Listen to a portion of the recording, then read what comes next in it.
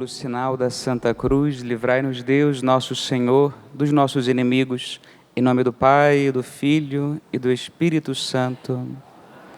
Enviai, Senhor, o vosso Espírito, e tudo será criado, e renovareis a face da terra.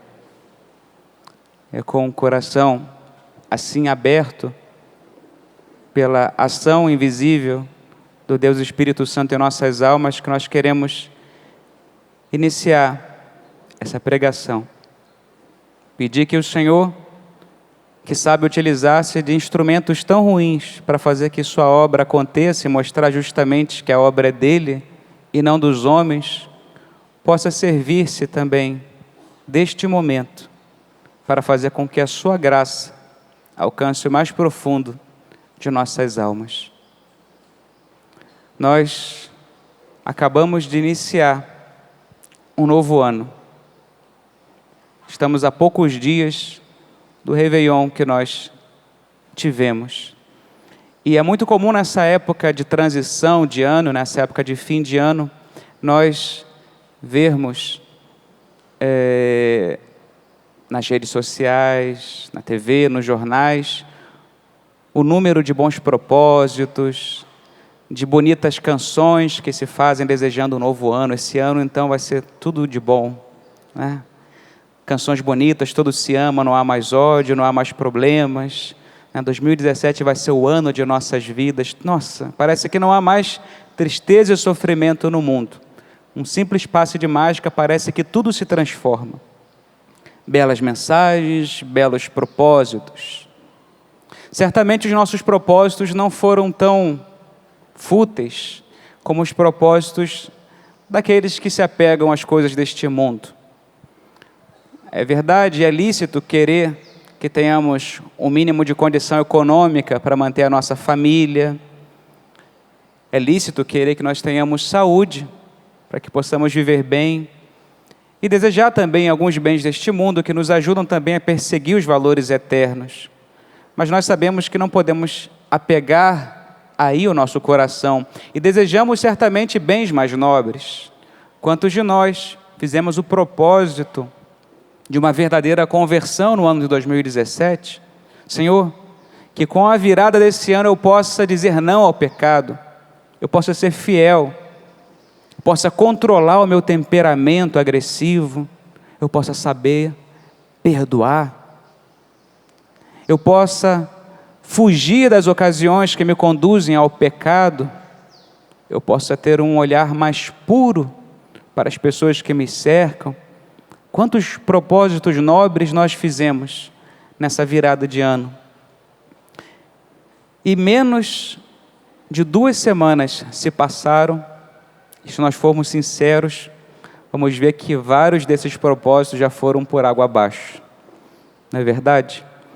Eu não vou pecar. No dia 1º de janeiro já estávamos nós pecando novamente. Já estávamos nós nos deparando com as nossas fraquezas, as nossas debilidades que nos acompanham há tantos e tantos anos. Os nossos propósitos, em menos de 2 semanas, já se viram frustrados. Nós percebemos que a mera passagem de um ano não é capaz de renovar todas as coisas. A mera passagem de um ano não muda a nossa vida. Praticamente tudo segue igual. As coisas não mudam assim do dia para a noite. O nosso país continua igual, a nossa família continua a mesma família, carregando seus problemas, suas fraquezas. A nossa perspectiva cristã, nossa visão de mundo, não é a visão daquele otimista ingênuo, daquele que acha que quando a Terra der um giro completo em torno do Sol, ou seja, quando completarem ali 365 dias no ano, o ano vai ser melhor. Tudo vai ser melhor. Nós cristãos, não somos ingênuos otimistas, que acham que as coisas vão ser melhores simplesmente com a entrada de um novo ano. Tampouco nós somos pessimistas. O pessimismo e o cristianismo não combinam. Um cristão não é pessimista. Pessimista é aquele que acha que com o progredir da história, o mundo vai tendendo cada vez mais a ser pior. Pior. O mundo de hoje é pior do que o de ontem, o de amanhã vai ser pior ainda. Pessimista. Esse olhar tampouco é o nosso olhar cristão. A nossa perspectiva cristã, o nosso modo de encarar o mundo, a história, o desenrolar das nossas ações, é a perspectiva que nós poderíamos definir como uma perspectiva de um otimista realista. Um otimismo realista. É a nossa visão de fé. A visão daquele homem, daquela mulher, que sabe que, apesar de haver em nós, e em torno a nós, tanta coisa ruim, a história não é conduzida por um destino cego, mas pela providência amorosa de Deus, que é o princípio e o fim de todas as coisas. Nada escapa aos olhos de Deus, que tudo vê, que tudo conhece, que tudo governa em sua providência, que permite que, mesmo nos acontecimentos ruins, tudo seja conduzido para que a sua vontade se realize. E por isso nós somos otimistas, porque sabemos que inclusive os nossos pecados, as nossas fraquezas, as nossas quedas, se convertem em matéria-prima nas mãos desse Deus, para nos levar aonde Ele quer. Tudo é usado por Deus para que Ele confeccione a nossa santificação. E como isso nos tranquiliza? Diante de um futuro incerto que se aproxima de cada um de nós, não sabemos como será o futuro, como será o nosso amanhã, nós estamos em paz, serenos, com a consciência de que se o Senhor governa tudo, se o Senhor tudo conduz, ao final da história, tudo acabará bem. Esse otimismo, fruto de quem sabe que aconteça o que acontecer, ao final, tudo acabará bem, se estamos unidos a Deus.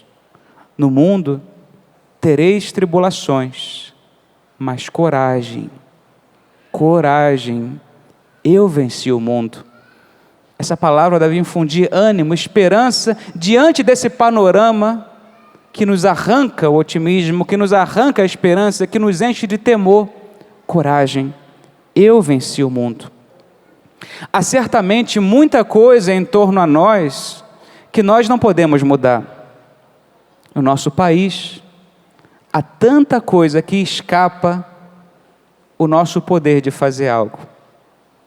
Em nossa família, meus irmãos, como nós gostaríamos de poder entrar no coração dos filhos, dos pais, dos nossos primos, e mudar um pouquinho, e arrancá-los do caminho do mal e trazê-los ao caminho de Deus, como nós gostaríamos de fazer com que as pessoas vissem o mundo com outros olhos, com esses olhos que nós estamos falando agora, como nós gostaríamos de transformar para o bem aquelas pessoas que a gente ama, mas também aí nós nos vemos impotentes.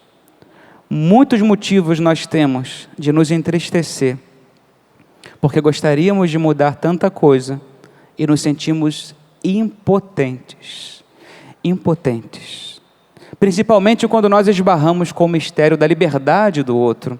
Um mistério que até mesmo o próprio Deus respeita até as últimas consequências. Já pensaram nisso? Deus nos cria com uma tal liberdade, capaz de fazer com que nós o neguemos, e ainda assim Deus respeita as nossas decisões. A liberdade de cada um é um terreno onde ninguém pode pisar, se a pessoa não permite. Nem sequer Deus entra nesse terreno, se nós não permitirmos. Deus respeita a liberdade que Ele criou. Ele não nos viola a liberdade. E por isso também nos sentimos tão impotentes, tão incapazes de mudar tanta coisa ao nosso redor, coisas que talvez seriam facilmente transformadas se o outro permitisse, se o outro se abrisse um pouquinho, saísse dessa casca dura na qual ele se mete, na qual ele fica aconchegado. Só precisava de um passo para que ele se transformasse. E vemos que muita coisa não muda, porque o outro não quer. Mas há uma coisa que nós podemos mudar, e que só nós podemos permitir que se transforme. Somos nós mesmos. Nós não mudaremos o mundo a partir de fora, mas nós podemos nos mudar a nós mesmos, porque nós temos a nossa liberdade em nossas mãos, ao nosso dispor, e nós podemos sim permitir que Deus faça diferente em mim. Se é verdade que fora de mim há muita coisa que eu não possa mudar, dentro de mim há algo que eu posso permitir que Deus transforme o nosso interior. Aí sim, cabe esperar um mundo melhor. Aí sim cabe esperar um melhor amanhã. Basta apenas que nós nos tornemos melhores hoje. Aqui sim podemos ser otimistas. Esse ano pode ser melhor, porque eu quero ser melhor. Porque eu quero permitir que a ação de Deus venha transformar o meu viver. Só depende de cada um de nós. Chegou-se a dizer que essa crise do mundo, essa crise generalizada que a gente vê por aí, é uma crise de santos. Uma crise de santos. O que nós estamos vendo, sob tantos prismas, econômico, político, social, de todos os modos, a crise que nós enxergamos no mundo é uma crise de santidade. É a consequência de um mundo que buscou cada vez mais uma autossuficiência, um afastamento de Deus, e a consequência é o que a gente vê em torno a nós. Por isso não é mentira dizer que a crise do mundo é no fundo, uma crise de santidade. As pessoas não acreditam mais em Deus, não acreditam mais na possibilidade de que nós vivamos uma vida melhor, uma vida nobre, uma vida santa, uma vida pura, uma vida casta. O mundo não acredita mais nisso. E a consequência do afastamento de Deus é tudo isso que a gente vê e observa. O mundo será melhor, a nossa sociedade será melhor, nossa família será melhor, nosso trabalho será melhor, à medida em que nós formos melhores, à medida em que nós formos aquilo que devemos ser. Santa Catarina de Sena, tão inculta diante dos homens, tão sábia diante de Deus. Se fores aquilo que Deus quer, colocareis fogo no mundo. Meus irmãos, se nós formos aquilo que Deus quer que sejamos, como esse mundo seria diferente? E só não é melhor, porque nós ainda não nos convertermos de verdade. Um santo tem um poder tal de irradiar a luz de Deus ao seu redor, que ele transforma a quem ele toca. As pessoas que convivem com ele são transformadas, o mundo é transformado, e essa transformação que nós desejamos, a transformação operada pela santidade, não a outra. Não é uma reforma política, uma reforma econômica que vai mudar o mundo, porque o homem, se estiver podre desde dentro, não pode ser transformado a partir de fora. Não são estruturas exteriores que mudarão o mundo, mas precisamos converter o homem a partir de dentro. Santidade, em uma palavra, é isso que esperamos, é isso que queremos para nós, para cada um de nós. E a nossa vida não é transformada automaticamente. Como seria bom desejar sermos santos e ao instante já estivéssemos com a auréola aqui em nossa cabeça. Mas sabemos que não é assim. Hoje em dia está um pouco de moda apresentar a figura de nosso Senhor Jesus Cristo como uma espécie de pacifista, né? Muitas pessoas hoje amam a Jesus, amam a igreja, amam o Papa, mas no fundo o que eles esperam é uma mensagem meramente humana, que vem a transformar esse mundo, uma mensagem imanente, como se todos nós pudéssemos dar as mãos e cantar felizes, né? Que nós nos amamos, que nós amamos a natureza, olha que mundo lindo, não há mais guerra, há só paz, há só amor. Meus irmãos, esse mundo não acontece assim. Esse mundo só existe no fantástico mundo de Bob. A pessoa imagina o mundo ideal, que na vida real não vai acontecer. Isso não acontece automaticamente. Isso não acontece de uma hora para outra. Todos nos amando, todos nos querendo bem, nos cuidando uns dos outros. Não é assim que acontece. E Jesus, nosso Senhor, sempre nos disse que não seria assim. Jesus não é um pacifista. Jesus veio trazer a paz, mas Ele sabe que a paz é fruto da guerra. A paz é fruto de um combate, de luta constante. Não é à toa, a igreja é sábia, de que a parte da igreja que está aqui neste mundo é chamada de igreja militante, né? A igreja que milita, a igreja que luta, a igreja que combate. Por quê?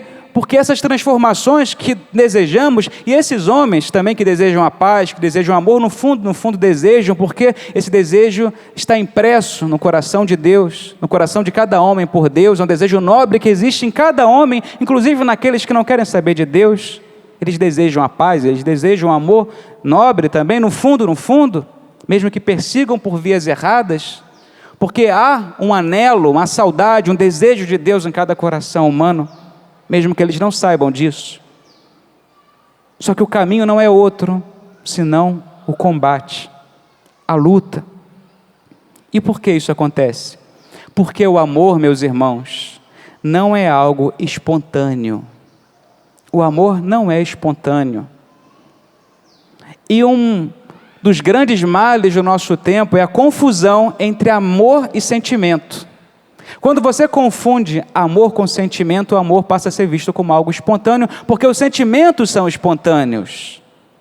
Nós não controlamos os sentimentos. Nós controlamos a nossa vontade, mas os sentimentos não. Os sentimentos vêm e vão como eles querem. Não é verdade? Quantas vezes nós sentimos raiva sem querer ter raiva? Quantas vezes nós sentimos um impulso por olhar o outro com impureza, quando nós queríamos que fosse o contrário, queríamos ver com pureza? Quantas vezes nós fomos soberbos, querendo no fundo ser humildes? Quantas vezes fomos gananciosos, querendo nos desapegar das coisas deste mundo? É porque é uma contradição em cada um de nós. E o amor não pode ser identificado como sentimento, porque se o amor é sentimento, ele vem e vai e não permanece. O amor é estável. O amor está relacionado à vontade, ao campo da vontade e não ao campo dos afetos. Os afetos que vêm junto com o amor, eles são um brinde que Deus nos dá. Quando a gente quer bem alguém, a gente acaba se sentindo bem ao lado dessa pessoa. Isso é um brinde que Deus dá ao amor. Mas nem sempre é assim. Há vezes em que nós amamos e não nos sentimos bem. Meus irmãos, quando nós vamos cuidar de um enfermo, imagina um enfermo cheio de feridas abertas, né? Humanamente, com a aparência que pode nos causar certo rechaço, né? Nos repelir, mas quando nós somos capazes de passar por cima do que a gente sente para cuidar daquele nosso irmão, aqui está um caso concreto de que sentir é uma coisa, amar é outra. Amar é querer, amar é dar-se. E quando a gente acha que o amor é algo espontâneo, nós abrimos espaço para os maiores horrores que existem em nosso mundo. Tanto divórcio, tantas brigas, porque as pessoas simplesmente acham que não amam mais, porque já não sentem mais o fervorinho que sentiam quando eram adolescentes. E continuamos adolescentes, adultos adolescentes buscando fervorinhos, sentimentos que vêm e vão. O amor permanece, ainda que os sentimentos oscilem. Esse é o amor verdadeiro. Esse é o amor que não muda com o passar do tempo. Esse é o amor que quer bem o outro, mesmo que por dentro tenhamos que fazer uma violência a nós mesmos. Meus irmãos, todos nós experimentamos em nossa própria carne aquilo que São Paulo dizia aos cristãos de Roma: não faço o bem que quereria, mas o mal que não quero. Ora, se faço o que não quero, já não sou eu que faço, mas sim o pecado que em mim habita. Encontro, pois, em mim esta lei: quando quero fazer o bem, o que se me depara é o mal. Quantas vezes nós vivemos isso? Eu quero o bem, Senhor, eu quero fazer o que é certo, mas o que eu vejo todo dia é a minha fraqueza, a minha debilidade, que vez ou outra retornam para me lembrar do pó que eu sou feito.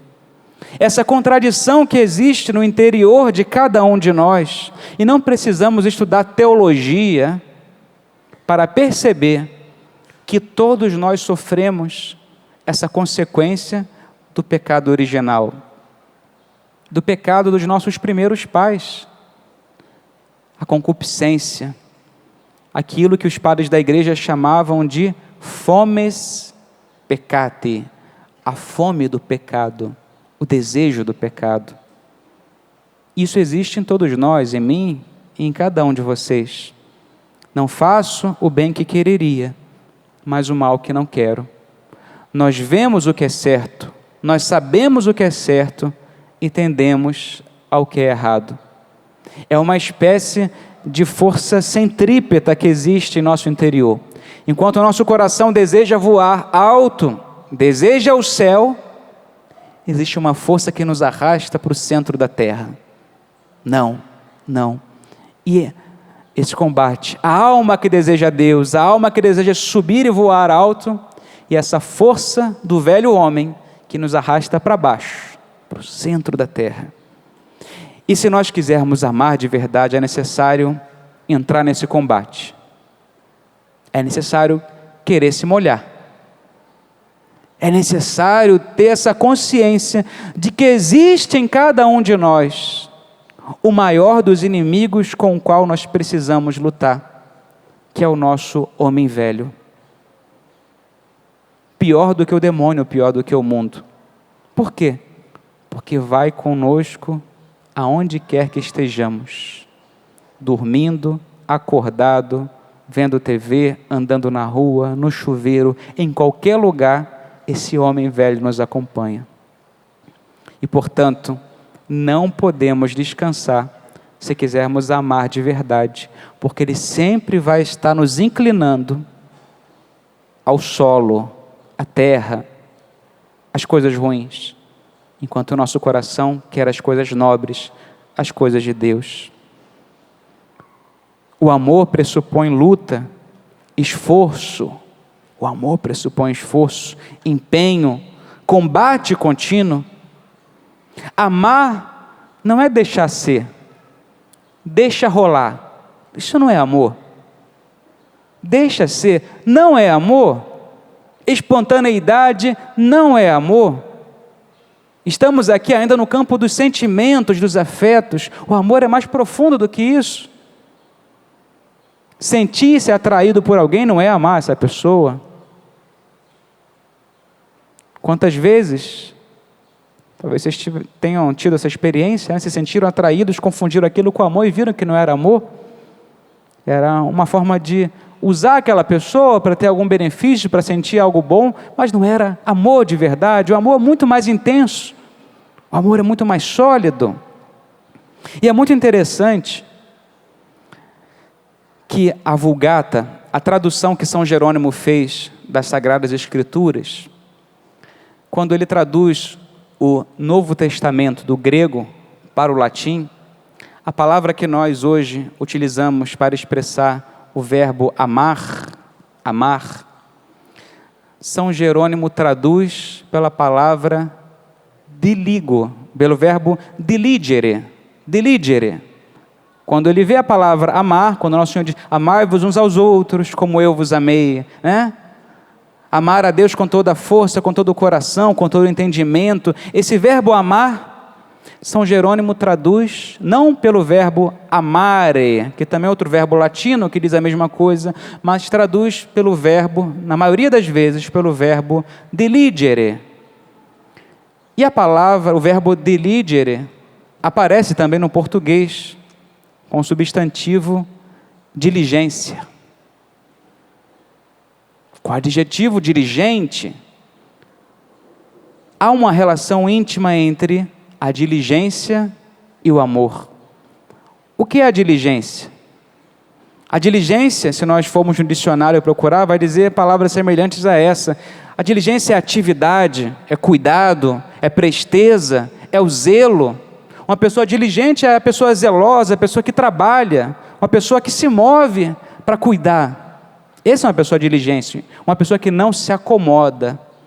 Veja o que interessante, quando São Jerônimo utiliza essa palavra para expressar o amor, quer dizer que o amor é tudo menos estar parado, deixar ser. O amor não é algo passivo, o amor é algo ativo, algo que nos move, que nos impele a zelar, a cuidar, a sair de nós mesmos. Uma violência. Sim, uma violência, porque nós tendemos à comodidade, à tranquilidade. O amor nos impulsiona. São José Maria Escrivá, um santo que eu gosto muito, ele, quando era jovem sacerdote, estava celebrando uma missa para freiras. Eram monjas enclausuradas, que viviam na clausura. E na hora da comunhão ele foi até a grade, né? Não sei se vocês já viram algum Carmelo, alguma casa religiosa de clausura, né? Tem a grade onde as irmãzinhas vão receber a Sagrada Comunhão. E São José Maria, muito compenetrado na missa, em cada momento da missa ele nunca viveu como um mero rito, né? Mas mergulhava em cada parte da missa. E também no momento em que ele dava a comunhão a cada uma daquelas irmãs, ele dizia, né, exteriormente: Corpus Domini nostri Jesu Christi, custodia te animam tuam e vitam aeterna. O corpo de nosso Senhor Jesus Cristo guarde a tua alma até a vida eterna. Antigamente se fazia isso em cada comunhão, hein? Imagina a comunhão aqui, como ia demorar, né? Mas é lindo, né? O corpo de nosso Senhor Jesus Cristo guarde a tua alma para a vida eterna. E para cada pessoa, o sacerdote fazia isso, traçando um sinal da cruz com a hóstia consagrada. E enquanto exteriormente os lábios dele diziam essas palavras: o corpo de nosso Senhor Jesus Cristo guarde a tua alma para a vida eterna, no interior dele, diante de cada irmãzinha que se aproximava de joelho para comungar, ele dizia a Jesus: Senhor, eu te amo mais do que essa. E vinha outra: Senhor, eu te amo mais do que essa. Ia repetindo: eu te amo mais do que essa. Que bonito, não é? Um sacerdote que vive a missa. E nesse momento ele escutou de Jesus, dizendo a ele: Filho, obras é que são amores. Não bonitas palavras, não boas razões. Obras é que são amores. Nosso Senhor dizendo para ele: olha, certamente o Senhor gosta de ouvir as nossas palavras bonitas para ele. Na verdade, quem não gosta de ouvir um eu te amo? Não é verdade? Quem não gosta? Todos gostamos, né? Eu te amo. Nossa, como isso faz bem para a alma, não é? Ser amado por alguém. E Jesus, nosso Senhor, que tem um coração perfeitamente humano, também se sente feliz quando nós dizemos a Ele: Senhor, eu te amo. Mas muito mais felizes somos nós quando alguém, além de dizer isso, mostra com a vida que nos ama de verdade. Porque alguém pode dizer isso da boca para fora. E quantos de nós, da boca para fora, já dizemos a Jesus sacramentado: Senhor, eu te amo, e saímos da adoração e fomos contrariar todas as nossas palavras com as nossas atitudes. Quantas vezes nós já fizemos isso? Comungamos o corpo do Senhor, dissemos a Ele: Senhor, te amo, te adoro, e saímos da missa desdizendo tudo aquilo com a nossa vida. Obras é que são amores, atitudes é que são amores, não palavras bonitas. e Ele entendeu tudo. O Senhor quer que nós o amemos com a vida, com o que temos, com o nosso agir, com o nosso pensar, com o nosso falar. Essa atitude de amor, o amor diligente, o amor que nos move, que o Senhor espera de cada um de nós. Há pessoas que dizem que obrigação e amor são coisas contraditórias, né? Quem está obrigado não faz por amor. Mentira. Obrigação e amor não são coisas contraditórias. Seria contraditório se nós fizéssemos ações meramente formais sem o interior movido por amor. Mas pode ser que o contrário aconteça, e esse contrário é o desejável, que o nosso amor nos obrigue. O amor nos obriga. Caritas Christi urget nos, de São Paulo. A caridade, o amor de Cristo nos urge, a caridade de Cristo nos impele, a caridade de Cristo me faz estar obrigado a Ele. Por que nós católicos somos obrigados a ir à missa? Porque nós amamos a Deus e queremos estar com Ele. Porque nós católicos nos sentimos obrigados a rezar, porque nós queremos estar na presença de Deus, porque nós queremos estar com Ele. Ou seja, não é uma mera obrigação, contudo, é uma obrigação movida por amor. Um amor que não se traduza em compromisso não é amor de verdade.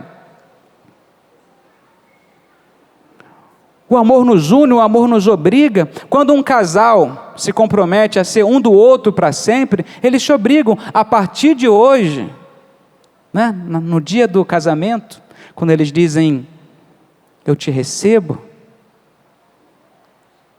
prometo amar-te, na alegria e na tristeza, na saúde e na doença. A partir daquele momento é como se ele dissesse, o homem à sua noiva e a noiva ao seu noivo, a partir de hoje, eu sou teu.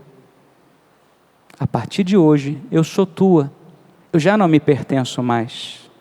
Eu sou teu. Isso não é obrigação? É. E quem duvida que isso é fruto do amor? É porque eu te amo, que eu entrego livremente a minha vida em tuas mãos. Senhor, porque eu te amo, que eu me obrigo a ir à missa, quando a igreja manda, que eu me obrigo a confessar quando eu peco, que eu me obrigo a rezar, mesmo que eu não tenha vontade nenhuma de fazê-lo, é porque eu te amo, Senhor. E quem duvida que isso é amor?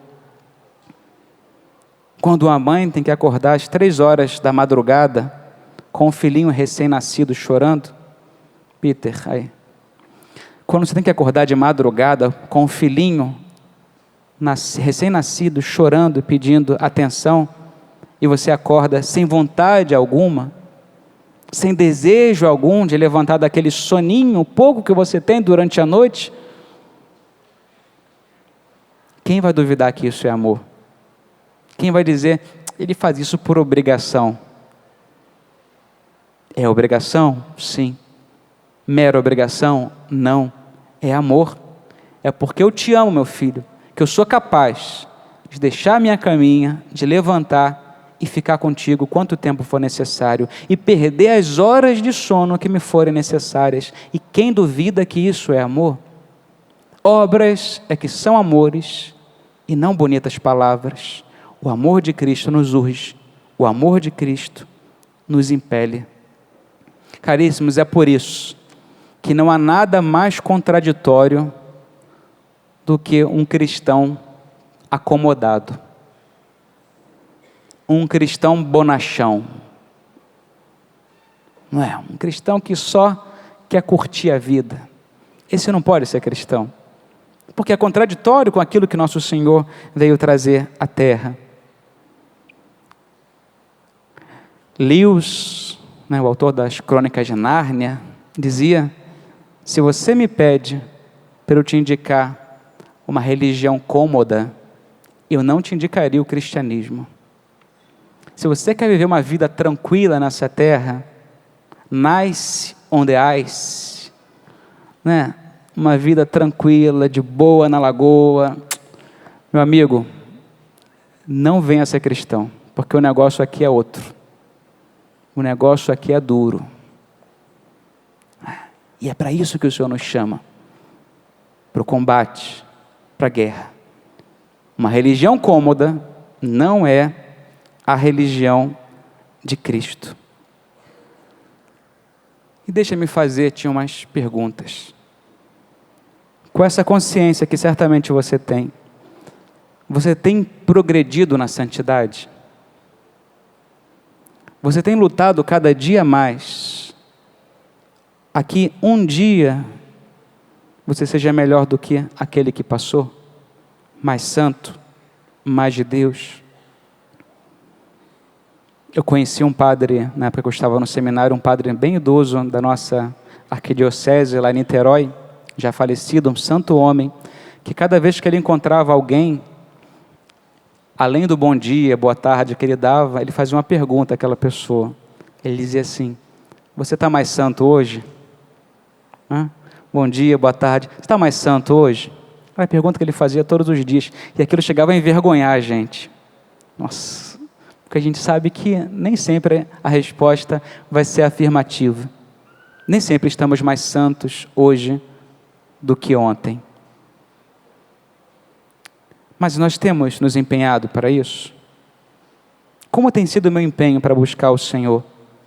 Como tem sido o meu ardor, o meu desejo, o meu zelo, por inflamar as almas no fogo de amor de Deus? Por estar com cada pessoa que se encontra comigo com o desejo de que ela se aproxime mais de Jesus, com a minha presença, com as minhas palavras. Eu desejo isso, eu penso nisso. Cada pessoa que se encontra comigo, Senhor, que cada pessoa que entrar em minha vida saia mais abrasada no fogo do seu amor, através do meu modo de viver, do meu olhar, do meu sorriso, do meu abraço, que cada pessoa saia mais próxima de vós. Eu desejo isso. E se não, se a resposta for não, o que houve? Já reparou que quando nós olhamos para o início de nossa caminhada com Jesus, comparando aquele momento com a nossa vida hoje, percebemos como nossa entrega lá atrás era muito mais empenhada, era muito mais radical. Nós rezávamos mais, nós lutávamos mais, nós nos esforçávamos mais, nossos desejos eram muito mais sinceros. O que houve? Por que isso mudou tanto na tua vida e na minha? O que houve com aquele fogo inicial que abrasava os nossos corações? Pode ser que o pecado dos outros tenha esfriado os nossos corações. Pode ser que a caminhada dentro da igreja, ao nos depararmos com pessoas que para nós eram referência, e depois descobrimos que não eram tão santas assim como a gente esperava, pode ser que aquilo tenha sido um banho de água fria para a gente, e a gente se decepcionou, e a gente esfriou.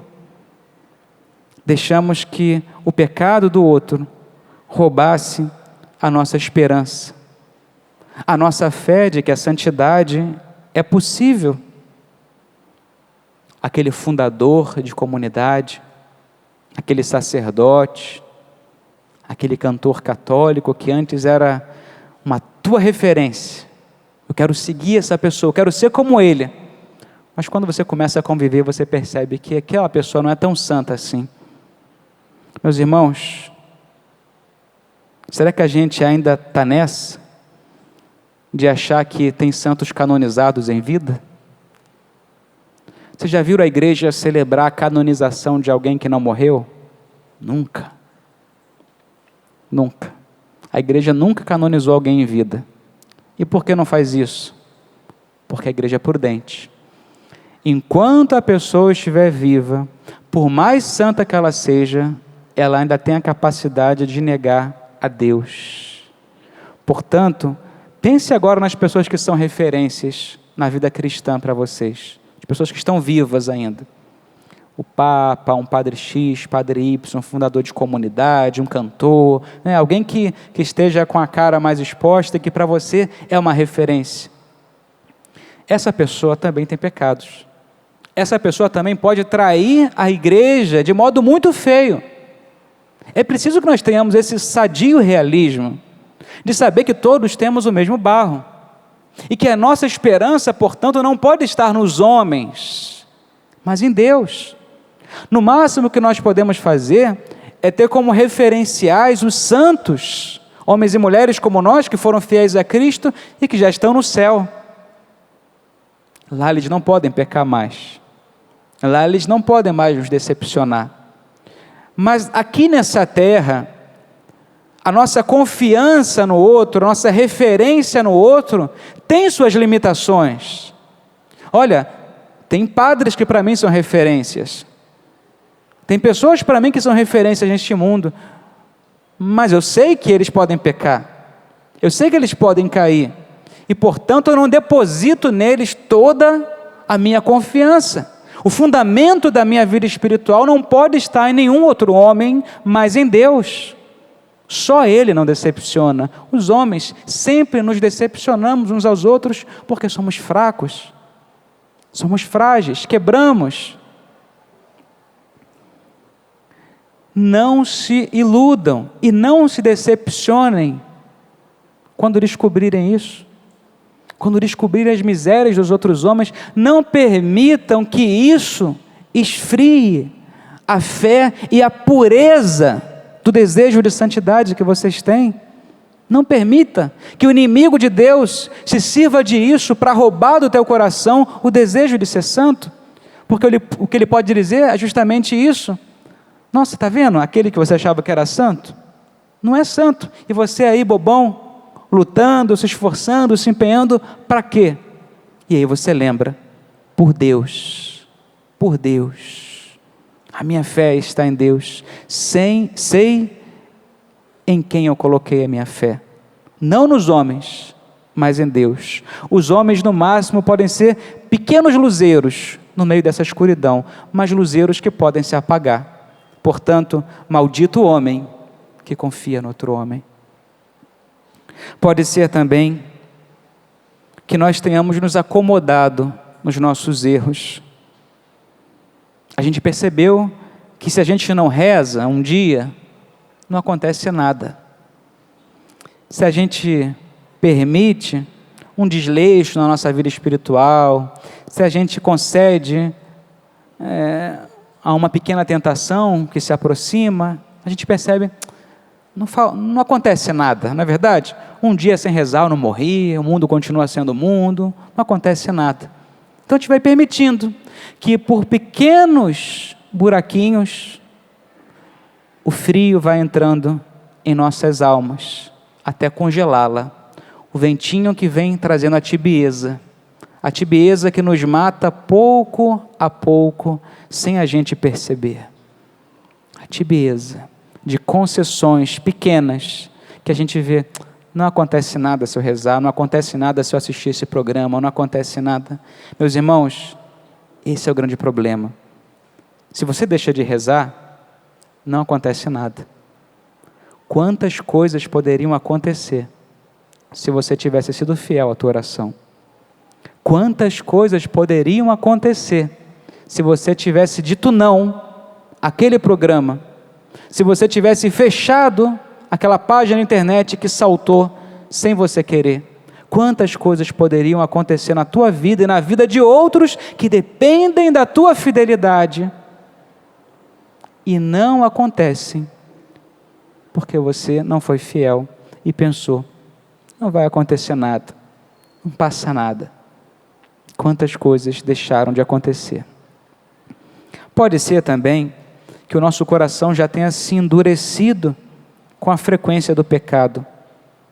Tanto pecar, tanta repetição no erro, que o nosso coração já perdeu aquela sensibilidade espiritual, aquela delicadeza de quem percebe qualquer coisa que possa me afastar de Deus. Isso me afasta de Deus, portanto eu não quero. Quando a gente se habitua no pecado, o nosso coração vai ficando cauterizado, duro, e a gente não percebe mais o pecado. Um coração embrutecido, e não encontramos mais força para recomeçar. Já estamos frios, mortos vivos. A nós, nesse momento, vêm dirigidas aquelas palavras do anjo à igreja de Éfeso. Lembra-te, pois, de onde caíste, arrepende-te e retorna às tuas primeiras obras. Lembra-te, pois, de onde caíste, arrepende-te e retorna às tuas primeiras obras.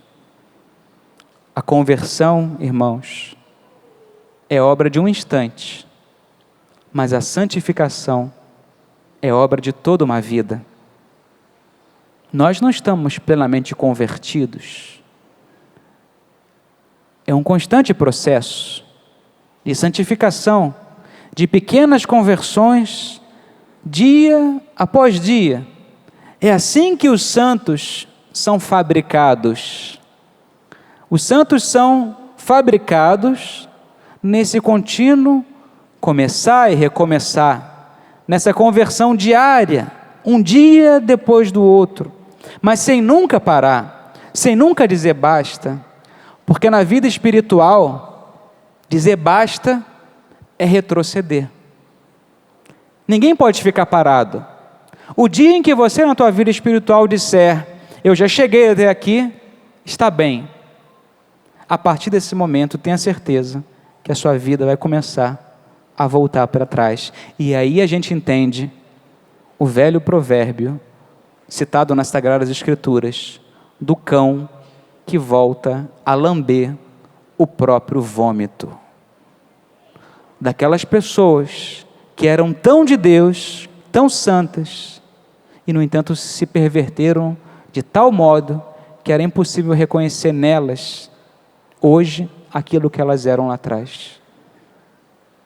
Não é verdade?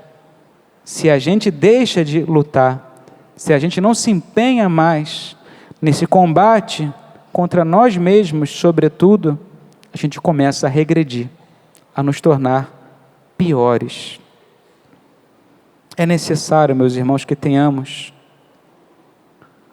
um exame de consciência sincero todos os dias. Parar alguns minutos na presença de Deus, quem sabe fazer isso de noite, todo dia antes de dormir, parar um pouquinho e nos perguntarmos, como foi o meu dia? Em relação com Deus, em relação com o próximo, em relação comigo mesmo. Naquele momento, ao reconhecer as nossas fraquezas, fazer um sincero ato de contrição, pedir perdão a Deus e a graça de poder recomeçar. Isso precisamos fazer todos os dias, contínuas conversões, porque o fogo do amor a Deus precisa ser alimentado, crescer cada dia, ganhar raízes na alma, e o fogo só se mantém vivo quando a gente queima coisas novas. Para o fogo manter-se aceso, o que precisamos fazer? Jogar mais lenha, não é verdade? Jogar mais lenha. Às vezes nós pensamos, olha, já deixei a minha vida de passado lá atrás, já entreguei tudo a Deus, já queimei tudo isso no fogo do amor de Deus, só que aquele fogo, meus irmãos, vai se arrefecendo, vai diminuindo com o passar do tempo, se a gente não alimenta. E esse fogo precisa ser alimentado com coisas novas, porque o nosso coração também se apega a coisas novas. O nosso coração se corrompe também hoje, não foi só lá atrás. Eu era um pecador, eu era isso, eu era aquilo, e eu continuo sendo. E eu preciso jogar mais lenha nova no fogo do amor de Deus, me desprender dessas coisas que eu vou acumulando ao passar do tempo. A conversão, ela é contínua, por toda a vida. E o Senhor vem em nosso auxílio quando nós pedimos a sua ajuda. Isso que nos enche de confiança. Saber que a pessoa mais interessada na minha conversão é Deus. Ah, meu amigo, e se Deus é por nós, quem será contra nós? Meus irmãos, quem poderá nos demover da ideia de sermos santos? Se Deus está ao meu favor, se é Ele que combate comigo, e Jesus não perde batalhas, Jesus não perde. Se Deus é por nós, quem será contra nós? O que nós precisamos é pedir a Deus uma vontade decidida. Senhor, dai-me uma vontade decidida. Dai-me querer de verdade, Senhor. Querer. Peça a Deus, Senhor, dai-me querer, que eu queira querer. Que eu queira querer de verdade. Outra frase deste santo: dizes que sim, que queres. Cada um de vocês, hein? Dizes que sim, que queres. Está bem. Mas queres como um avaro quer o seu ouro? Como uma mãe quer o seu filho? Como um ambicioso deseja as honras? Ou como um pobre sensual deseja o seu prazer? É assim que você quer? Não? Então você não quer. Você ainda não quer de verdade. Senhor, dai-me querer. Dizem que uma vez perguntaram a Santo Tomás de Aquino: Tomás, o que é necessário para uma vida santa? O que é necessário para ser santo? E ele respondeu: querer. Meus irmãos, eu gostaria que nós terminássemos esse momento pedindo a Deus somente essa graça. Senhor, que eu queira de verdade, que eu queira querer. Santo Inácio de Loyola, quando foi ferido naquele combate na Espanha, em Pamplona, ele ficou convalescente na cama, e ali começou a ler, gostava muito de ler, e deram a ele os livros que tinham ali naquele momento. Ele começou a ler a vida dos santos. Ele começou a ficar encantado com a vida dos santos que ele lia, aquelas leituras hagiográficas, e terminou dizendo assim: se eles puderam, eu também posso. Meus irmãos, qual a diferença de Santo Agostinho para cada um de nós? Bom, além dele ser muito mais inteligente que a gente, outras características mais, mas ele era um homem de carne e osso como a gente. Ele tinha as tentações que nós temos, e se tornou o grande Agostinho de Hipona, santo doutor da Igreja Católica. O que Pedro tinha de diferente de nós, talvez um pouquinho mais rude, e se converteu daquele que negou a Jesus na coluna sobre a qual a igreja é edificada. Maria Madalena, Inácio de Loyola, Saulo de Tarso, tantos e tantos santos de carne e osso como nós, que tiveram as nossas tentações, as nossas fraquezas, mas em um determinado momento de suas vidas, eles quiseram querer. Senhor, dai-nos a graça de uma vontade decidida. Sim, você e eu podemos. O Senhor, que fez tantas graças admiráveis, continua vivo em meio a nós. A mão de Deus não foi encurtada. A mão de Deus Todo-Poderoso continua firme e repousa sobre nós, e nos dá as mesmas graças que deu a esses santos, para que se convertessem naquilo que Ele queria. Se formos aquilo que Deus quer, colocaremos fogo no mundo. Louvado seja nosso Senhor Jesus Cristo. Para sempre seja louvado.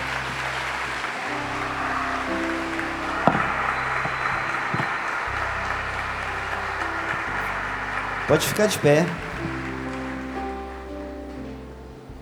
Nós vamos fazer um exercício agora. Traz aí na sua mente, na sua memória. Pega na mão da pessoa que está do seu lado primeiro. Pega na mão da pessoa que está do seu lado.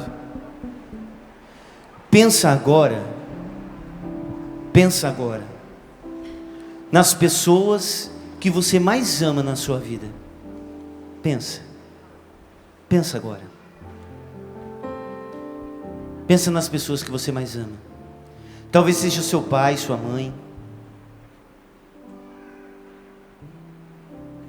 E ao pensar nessas pessoas que você ama, provavelmente você está trazendo à sua memória os momentos que você se sentiu amado por elas. Com certeza você vai perceber que a atitude delas, sincera, te fez se sentir amado mais do que nunca na vida.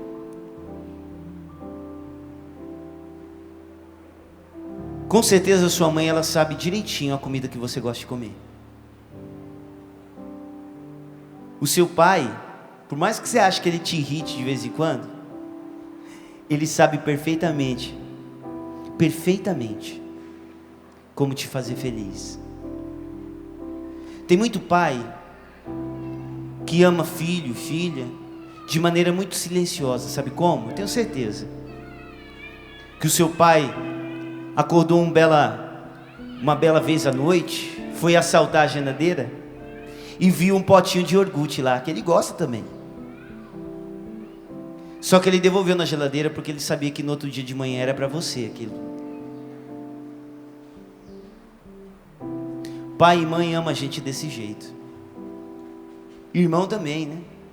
Irmão tem a capacidade de pegar sua roupa sem pedir, de entrar no seu quarto sem bater. Irmão é assim, quem tem irmão sabe. Amigo tem a capacidade de guardar na memória o apelido que você mais detesta. Ele sabe. Ele só dá uma olhada para você assim, ó, já sabe. Quais são as pessoas que você mais ama na sua vida? Deixa eu dizer uma coisa para você. Amar é um privilégio para poucos. Se você tem pessoas que te amam e que você ama, aproveita o hoje para amar e amar de verdade. Da mesma forma eu falo com relação a Deus. Aproveita o seu hoje para amar o Senhor. A gente só tem hoje para amar. Olha para a pessoa que está do seu lado e fala assim para essa pessoa: você só tem hoje para me amar. Olha para a pessoa que está do seu lado, então me ame. Amar de verdade. Só escuta essa música e aí depois a gente vai cantar junto, tá bom? Só escuta. Só temos hoje para amar, só temos agora. Não sabemos quanto tempo falta pra nossa vida se encerrar. Só temos hoje para amar, só temos agora. Não sabemos quanto tempo falta pra nossa vida se encerrar. Quero amar.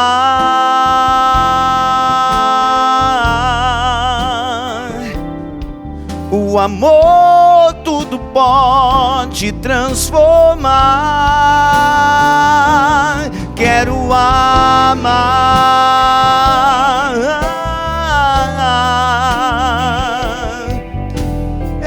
Esse é o mandamento do Senhor.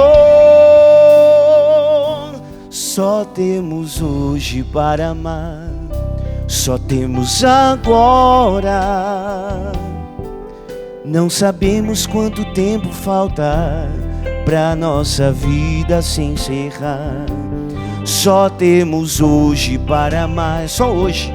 Só temos agora. Não sabemos quanto tempo falta pra nossa vida se encerrar. Quero amar.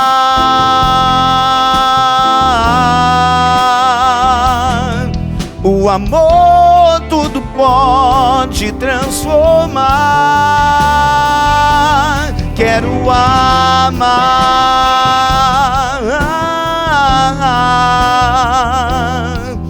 E esse é o mandamento do Senhor. Solta a sua voz no Espírito agora. Porque tem situações que a gente não consegue amar espontaneamente. Talvez você precise perdoar. Talvez você precise abrir o seu coração ao amor de novo. Talvez você foi decepcionado, decepcionada. Se abra ao amor. A gente só tem hoje para amar, meu irmão. A gente só tem hoje para amar de verdade. Mas o amor decisão, o amor verdadeiro, o amor que dá vida, que acredita de novo, que dá mais uma chance. Quando a gente ama, a gente dá mais uma chance, porque todos nós temos falhas. O problema é que a gente vai tirando as pessoas da nossa vida, porque elas erraram conosco. A gente só tem hoje para amar, só hoje. Nós só temos hoje para amar. Obrigado, Senhor, porque o Senhor nos ensina a amar mais uma vez. Obrigado, Senhor. Balança a mão da pessoa que está do seu lado e fala: só temos hoje para amar. Só temos hoje para amar. Vamos cantar junto para encerrar? Só temos hoje. Forte. Só temos hoje para amar. Só temos agora. Não sabemos quanto tempo falta para nossa vida se encerrar. Você. Só.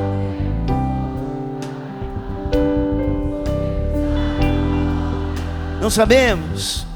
Não sabemos quanto tempo falta pra nossa vida. Solta a voz, vai. Quero amar.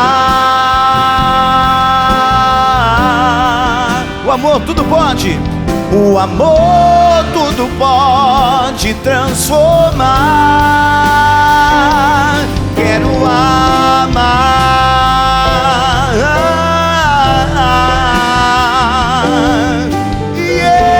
Mandamento do Senhor. Só você, quero amar. Quero amar. O amor tudo pode. O amor tudo pode. Quero amar. Quero amar.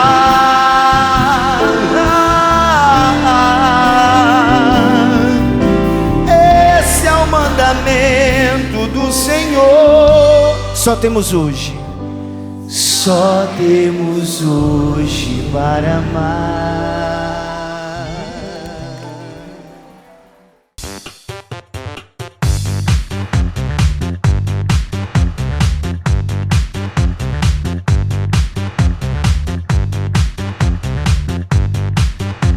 CançãoNovaPlay.com. Assine já.